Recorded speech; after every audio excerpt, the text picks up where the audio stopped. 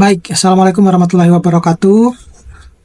Bapak Ibu dosen yang saya hormati, ini saya mau menyampaikan dilema sebenarnya teman-teman dosen P3K ya, di mana mereka banyak sekali menyampaikan keluhan-keluhan dan kemudian saya mencari informasinya seperti apa.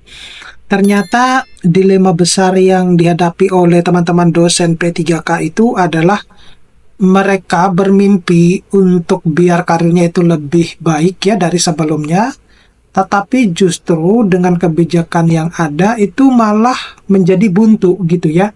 Nah, mau tahu informasinya seperti apa? Nah, kita akan membahasnya lebih dalam di video ini ya. Tetapi sebelum kita bahas lebih dalam, saya mau menginformasikan kepada teman-teman dosen, kalau teman-teman dosen menginginkan untuk mendapatkan prompting untuk menulis jurnal nasional maupun internasional ataupun buku dengan jauh lebih cepat, jauh lebih mudah, ataupun dengan prompting-prompting yang lain, Bapak Ibu bisa mendownload di deskripsi dari video YouTube saya, ataupun silakan mengunjungi link yang ada di bio Instagram saya. Nah, jadi Bapak Ibu, apa yang seperti yang saya sampaikan tadi di awal-awal video, bahwa ini lebih kepada dilematik ya, kebijakan yang dibuat oleh pemerintah terkait dengan nasib para dosen P3K ini. Mereka bermimpi bahwa ketika sebelumnya belum menjadi ASN, kemudian menjadi dosen P3K ya, dalam hal ini adalah bagian dari dosen ASN, ternyata mimpi mereka untuk berkarir lebih baik dari sebelumnya malah menjadi buntu ya. Tetapi saya beranggapan bahwa, atau saya mungkin menelaah lebih lanjut bahwa tentu kebijakan-kebijakan yang dibuat itu pasti akan ada diperbaiki ya ke depannya, dan harapannya akan jauh lebih baik. Tetapi tentu ini juga berhubungan dengan nasib dosen P3K yang ingin naik jabatan akademik ya. Nah, jadi sebelum saya membahasnya, saya cerita sedikit dulu bahwa dari informasi yang saya dapatkan, banyak di antara teman-teman dosen P3K itu yang sebelumnya sudah katakanlah mendapatkan jabatan akademik lektor ataupun lektor kepala, kemudian keterima menjadi pegawai P3K di salah satu universitas negeri gitu ya. Dan ternyata jabatan akademiknya itu diturunkan. Jadi kalau yang tadinya lektor itu menjadi asisten ahli, bahkan yang asisten ahli itu menjadi tidak berjabatan akademik gitu ya. Bahkan padahal sebelumnya juga, tapi saya ini tidak tahu ya, kalau dosen yang sudah sebelumnya mendapatkan tunjangan sertifikasi dosen apakah masih mendapatkan. Saya belum mendapatkan informasi terkait dengan hal tersebut. Tetapi yang baru ketahuan itu adalah penurunan jabatan akademik. Nah, saya juga tidak tahu alasan kenapa kok jabatan akademiknya diturunkan, hanya gara-gara yang bersangkutan itu menjadi dosen ASN gitu ya saat ini. Dalam hal ini masuk dalam kategori P3K. Nah, itu yang menjadi banyak ditanyakan oleh teman-teman dosen. Dan kemudian mereka juga tidak bisa serta-merta ingin naik jabatan akademik ketika misalnya waktunya sudah harus melakukan kenaikan jabatan akademik seperti yang dilakukan pada kampus-kampus sebelumnya. Nah, kalau kita lihat Bapak Ibu ya, apa sebenarnya ya latar belakang siapa sebenarnya dosen P3K itu ya. Jadi sebelum saya menjawab masalah utama dan lain-lainnya, kita perlu mengetahui dulu ini ya. Jadi pegawai pemerintah dengan perjanjian kerja atau yang disebut dengan P3K itu adalah bagian sebenarnya dari ASN ya, atau ya mungkin bisa dikatakan sedikit berbeda dengan PNS ya, dimana kalau P3K itu direkrut dengan skema kontrak jangka waktu tertentu dan tidak otomatis mendapatkan hak-hak kepegawaian sama dengan PNS. Itu dulu yang harus dipahami. Jadi dari kata itu saja kita sudah bisa mengira-ngira ya, berarti kalau tidak mendapatkan secara otomatis hak-hak kepegawaian, ya berarti termasuk di dalamnya adalah jabatan akademik, mungkin seperti itu. Nah, tapi yang dimaksud yang saya perkirakan itu lebih kepada hak-hak seperti jaminan pensiun atau jaminan karir yang lebih pasti gitu ya, itu tadi.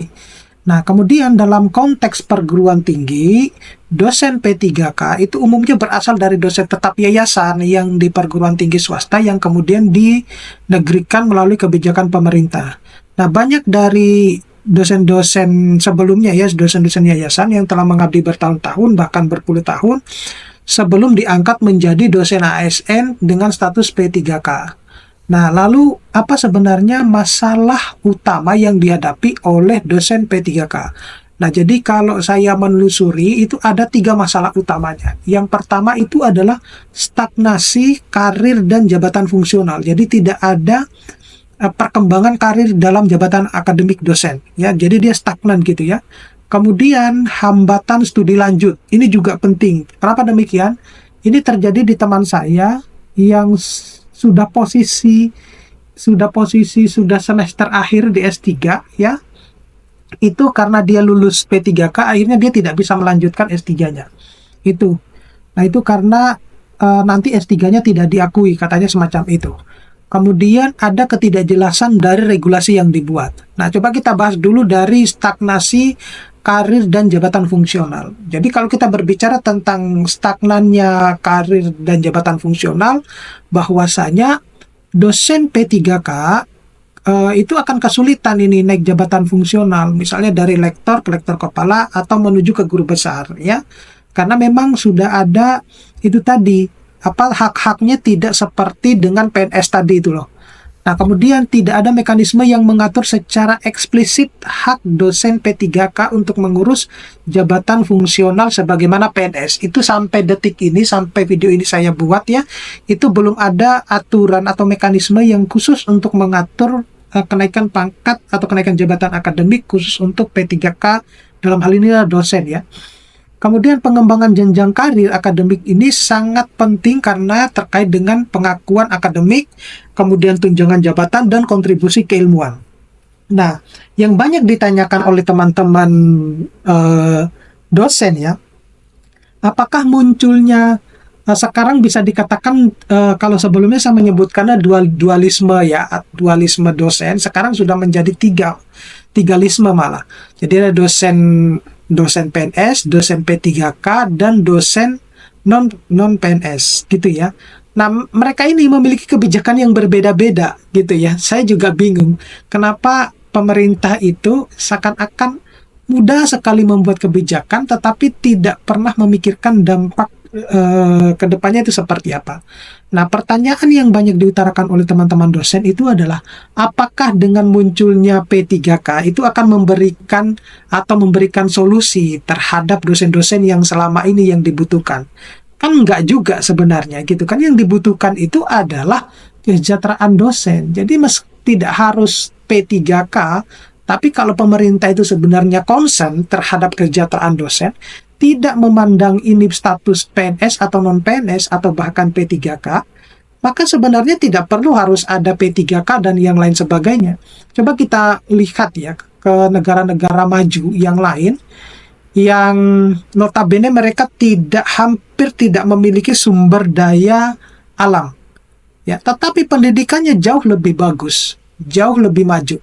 Ya, kalau kita bandingkan dengan negara-negara di Asia Tenggara yang lain, mungkin kita itu hanya cuma di atasnya Timor Leste kalau berbicara tentang kesejahteraan dosen.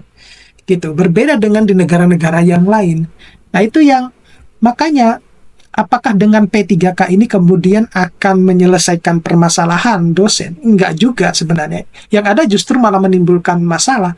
Justru kalau kita lihat di negara-negara maju yang berstatus PNS itu hanya cuma pegawai-pegawai non-dosen. Itu ya, nanti kita akan bahas pada video berikutnya terkait dengan tukin dosen. Oke? Nah, kemudian masalah utama yang dihadapi dosen kedua itu adalah hambatan studi lanjut. Nah, seperti yang sudah saya contohkan tadi bahwa teman saya itu tidak bisa melanjutkan lagi studinya padahal dia sudah posisi di semester akhir. Karena dia sudah lulus P3K. Jadi kalau dia memaksakan untuk tetap lanjut S3 dengan posisinya dia itu adalah lulus P3K, maka S3-nya tidak diakui. Semacam itu. Itu berdasarkan ceritanya semacam itu ya. Nah, dia akhirnya terpaksa mungkin P3K mungkin menjanjikan kesejahteraan yang lebih baik ya, mungkin itu pada akhirnya dia memilih untuk menjadi pegawai P3K di situ. Nah, tapi kalau kita lihat kenyataan di lapangan ya, bahwa banyak dosen P3K itu yang tidak mendapatkan izin tugas belajar ataupun izin belajar ya. Padahal studi lanjut misalnya seperti ke jenjang S3 itu adalah salah satu prasyarat untuk sebenarnya mengajukan ke jabatan akademik yang lebih tinggi. Misalnya kita mau menembaknya ke guru besar. Nah, kemudian kalau kita lihat ya di surat resmi dari PLT Deputi Bidang SDM Aparatur nomor B/16/SN 0403 2024 itu menyatakan bahwa dosen P3K itu tidak diizinkan studi lanjut dengan beasiswa negara, sehingga akses pengembangan kapasitas mereka itu semakin terhambat. Nah, itu yang menjadi permasalahannya. Kemudian permasalahan yang ketiga itu ketidakjelasan regulasi ya. Jadi tidak ada dasar hukum atau regulasi teknis yang secara tegas itu menjamin hak-hak dosen P3K dalam pengembangan karir dan pendidikan. Nah, hal lain menimbulkan ketimpangan antara dosen PNS dan dosen P3K ya. Meskipun mereka menjalankan tugas serupa, mengajar, meneliti, dan mengabdi kepada masyarakat. Ya, jangankan perbandingan antara dosen PNS dan P3K ya, sesama dosen non-PNS aja. Ya, artinya kalau sudah dibandingkan ada dosen PNS, non-PNS, dan P3K ya memiliki tugas dan fungsi yang sama, tetapi ya itu tadi dibeda-bedakan gitu ya. Nah, kemudian respon dan tuntutan ya. Jadi respon dan tuntutan itu yang pertama ada aspirasi dari dosen P3K. Nah, di mana banyak dosen P3K itu yang menuntut alih status menjadi PNS ya. Mengingat usia mereka saat ini itu mayoritas sudah tidak memiliki syarat CPNS atau lebih bisa dikatakan mungkin sudah lebih di atas dari 35 tahun mungkin ya. Nah, mereka juga meminta pengakuan yang setara dalam hal pengembangan karir dan juga akses pendidikan lanjut dan kapasitas suku. Yang kedua itu adalah peran organisasi dan pemerintah gitu. Jadi sebenarnya organisasi seperti misalnya ILP, PTNB ya, Ikatan Lintas Pegawai PTN Baru misalnya, mendorong adanya regulasi yang menjamin pengembangan SDM bagi dosen P3K. Kemudian pemerintah melalui Kementerian Pan-RB, kemudian BKN, dan Kemendikbudristek itu didorong segera menyusun peraturan turunan untuk kebijakan afirmatif untuk mengatasi ketimpangan ini. Nah, kemudian ada dampak sistematik ya. Dampak sistematik itu misalnya masalah yang dihadapi oleh dosen P3K itu sebenarnya tidak hanya menyangkut nasib individu, tetapi melainkan dampak luas ya terhadap misalnya kualitas pendidikan ya. Jadi dosen yang stagnan dalam karir dan tidak diberi ruang ya berkembang dan kesulitan menghasilkan penelitian yang berkualitas atau bahkan mengembangkan inovasi pembelajaran. Kemudian perguruan tinggi itu akan tertinggal dalam hal publikasi, kemudian akreditasi, dan daya saing internasional. Dan berikutnya itu adalah motivasi dan kesejahteraan dosen. Nah, ketidakjelasan status dan ketimpangan perlakuan ini menyebabkan penurunan motivasi kerja ya. Nah, rasa tidak dihargai meski memiliki kompetensi dan kontribusi dapat memicu frustasi dan bahkan eksodus ya dari dunia akademik. Nah, kemudian itu adalah rekomendasi dan solusi. Jadi, yang perlu menjadi perhatian pemerintah itu adalah revisi dan harmonisasi regulasi, di mana pemerintah itu perlu sebenarnya mempercepat penyusunan regulasi yang mengatur hak-hak dosen P3K ya, termasuk promosi jabatan fungsional ataupun akses studi lanjut gitu.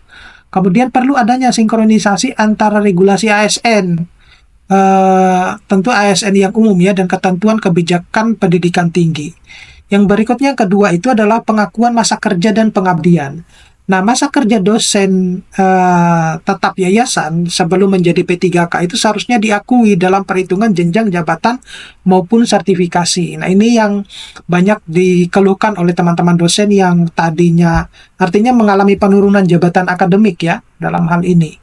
Kemudian ada kebijakan transisi dan afirmasi. Jadi pemerintah dapat menyediakan jalur afirmatif ya untuk konversi status P3K menjadi PNS bagi dosen yang telah mengabdi lama sebagai bentuk keadilan restoratif, gitu katanya semacam itu. Atau memberikan monitoring dan advokasi berkelanjutan. Misalnya komunikasi dosen dengan lembaga swadaya masyarakat perlu terus mendorong advokasi publik agar isu ini tetap menjadi perhatian pengambil kebijakan. Gitu Bapak Ibu. Jadi itulah yang bisa saya sampaikan terkait dengan masalah utama dari dosen P3K ini. Mudah-mudahan harapannya aturan terbaru yang bisa saling menguntungkan itu akan segera keluar gitu ya. Oke, mudah-mudahan ini bisa bermanfaat. Silakan di-share video ini jika bermanfaat.